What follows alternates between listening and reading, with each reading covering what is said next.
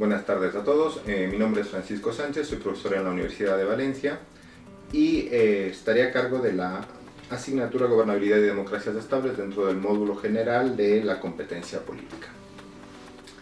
La asignatura que nosotros llevaremos comenzará con una parte mucho más aplicada de lo que serían los estudios políticos y tratará de acercar toda la parte conceptual a lo que sería el funcionamiento real de los sistemas políticos. Nos centraremos en el concepto de gobernabilidad, entendido de una manera bastante amplia y simple, ¿no? Como eficacia y buen funcionamiento de los gobiernos, y a la vez recaeremos en el estudio de las relaciones ejecutivo-legislativo, sobre todo como uno de los espacios donde mayores problemas de gobernabilidad suele darse en los sistemas presidenciales latinoamericanos, ¿no? Centrándonos en el problema de las mayorías y la obligación de colaborar que implica el presidencialismo entre las dos ramas, porque se eligen de forma separada y no tienen ningún tipo de nexo de supervivencia. Entonces están obligadas a cooperar, y cuando no se dan esas situaciones de cooperación suele haber la mayor cantidad de crisis de gobernabilidad. Nos centraremos en ese foco, pero sobre todo nos centraremos ahí tratando de construir una serie de escenarios, posibles y potenciales de escenarios. Es decir, le daremos muchas vueltas a la cabeza, trataremos de ver qué potencialidades, qué estímulos, qué tipo de incentivos generan las instituciones para que los actores puedan colaborar o no en todo lo que sería la tarea de gobierno, teniendo por detrás o teniendo bastante claro que cada uno de los actores tiene unos objetivos que es sacar su programa político adelante, ¿no? Entonces, dentro de este espacio de competencia política se van dando los problemas de gobernabilidad, es decir, mayor o menor gobernabilidad o mayor o menor capacidad del gobierno para poner en práctica las políticas públicas. Esta es la perspectiva general del curso.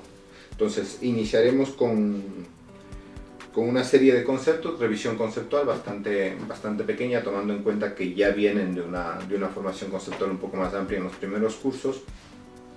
Revisaremos el concepto de gobernabilidad, sobre todo nos centraremos en los distintos indicadores que se han utilizado para hablar y medir la gobernabilidad, y sobre todo trataremos de ver que ha habido muchas diferencias, ¿no? Desde conceptos que abarcan todo, creen que la gobernabilidad es todo, hasta conceptos que se circunscriben única y exclusivamente al espacio del Estado.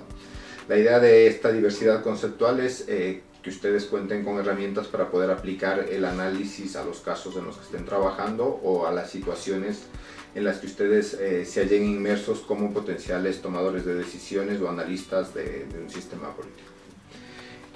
Además, no nos olvidaremos de cosas básicas, es decir, recordaremos el concepto de institución y cuál es la labor de las instituciones como espacios que delimitan la acción de los actores.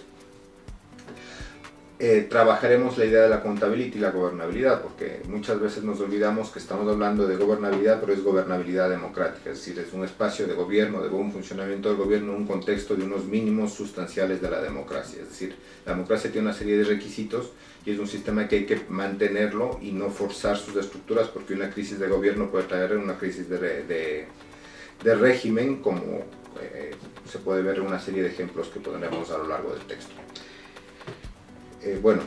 A partir de ese primer momento ya nos pasaremos al segundo punto, que es gobernabilidad democrática y relaciones interinstitucionales. En la guía, en la unidad docente, se verá una serie de potenciales escenarios de las relaciones ejecutivo-legislativo, tomando como ejes comparativos situaciones potenciales de presidencialismo y situaciones potenciales de parlamentarismo. Es decir, nuevamente insisto, plantearemos escenarios que espero que ustedes retroalimenten, y a partir de ahí iremos sacando conclusiones sobre cuáles podrían ser las vías para ir solventando situaciones de difícil gobierno. Además, incluiremos algo que llamamos, he puesto en la guía como los otros actores de veto, es decir, nos centraremos en el Poder Judicial como un actor cada vez más potente dentro de los sistemas políticos, y también veremos el tema del federalismo. El Poder Judicial, a partir de una visión que asume que el Poder Judicial es un poder político, es decir, un poder del Estado, y por lo tanto incide en la toma de decisiones de carácter obligatorio, y por lo tanto no habría que sorprendernos. Es decir, a lo largo del texto se hace una apelación de comprender el Poder Judicial como un poder político, pero diferenciando de lo que sería un Poder Judicial politizado y un Poder Judicial partidizado. Entonces, la situación de difícil gobernabilidad estaría en los casos de partidización. Y por otro lado, el caso del federalismo, tomando en cuenta que la división territorial del poder incide en la generación de más instituciones que tienen que formar parte de la estructura de toma de decisiones y además crea más actores con capacidad de veto, es decir, de grupos cuyo acuerdo es necesario para cambiar el statu quo o tomar decisiones. Entonces, evidentemente, mientras más actores existen, más dificultad hay para tomar decisiones y por lo tanto el federalismo es una variable bastante importante para entender el funcionamiento o el buen funcionamiento del gobierno en los países de América Latina, especialmente en los países grandes de referencia, ¿no? Pero bueno, el problema del federalismo, es decir, o digamos, la cuestión territorial asociada al federalismo no está presente única y exclusivamente en los países federales, sino también hay una excesiva conflictividad por temas de representación de intereses territoriales. Entonces, uno de los puntos que se va a tratar ahí también es cómo los intereses territoriales representados en el Parlamento suelen afectar al gobierno en los sistemas presidenciales. Y cerraremos con una especie de recapitulación y conclusión en la que se insiste sobre, bueno, todo esto sí, pero con unos mínimos democráticos, ¿no? O sea, cerramos el círculo de lo que se entiende como gobernabilidad, o lo que en esta asignatura se ha llamado gobernabilidad en democracias estables, ¿no? Volvemos nuevamente.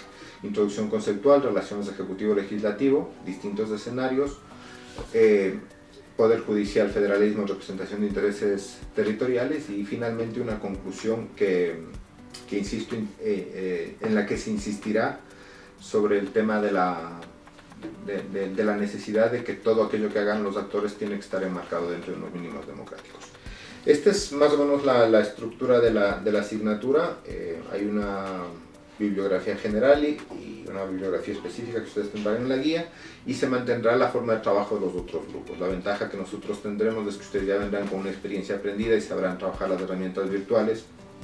Es más, mucho mejor que yo, y espero que me vayan ayudando en eso y que vayan siendo cooperativos.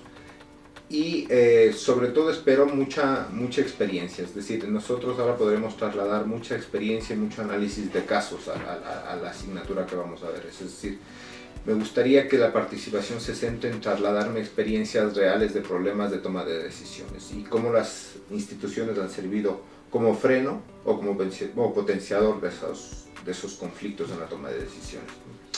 Ese es el objetivo que me he marcado para la asignatura. Después, a continuación, las lecturas que trabajaremos serán dos. Una de este libro que se llama Gobernabilidad, Crisis y Cambio.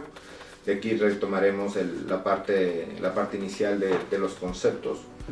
Y por otro lado está este texto de Giovanni Sartori que se llama Ingeniería Constitucional Comparada, donde al principio trabaja el tema del presidencialismo y del parlamentarismo, pero está enfocado desde el punto de vista de las instituciones y cuáles son los incentivos que esto genera. Desde ya digo que es un texto excesivamente centrado en las instituciones, y lo que espero es que ustedes sean críticos con esto, ¿no? Es decir, que lleguemos y me digan desde la perspectiva del actor cuáles son los márgenes para poder actuar dentro de esta cancha marcada por unas reglas y unas normas de comportamiento que serían las instituciones. Bueno, el sistema de evaluación, hay una prueba presencial, que insisto, la prueba presencial incluye todo lo que hayamos trabajado, la unidad didáctica, las lecturas, y también espero un comentario. En la evaluación presencial espero poder analizar la capacidad de comprensión, de lectura y de expresión y de expresión escrita en este caso, ¿no? Y sobre todo también una capacidad de análisis. Tomen en cuenta que será el momento en que ustedes y nosotros nos veamos y en que yo trate de medir todo lo que se ha aprendido a lo largo del curso. Por eso es muy importante que vayan preparando a conciencia este momento, que es como nuestro momento de un examen final, ¿no? Es un examen comprensivo de todo lo que hayamos avanzado. Habrá el foro de debate, la actividad elegida. Pues bueno, no me queda más que decirles que espero que tengamos unas actividades que sean sobre todo constructivas y que les ayuden a conocer más cosas, y que sobre todo les ayuden a comprender la realidad, y que les ayuden a que ustedes puedan tener un desempeño como profesionales de la política mucho más asertivo, efectivo y enfocado a la consolidación de regímenes democráticos. Gracias.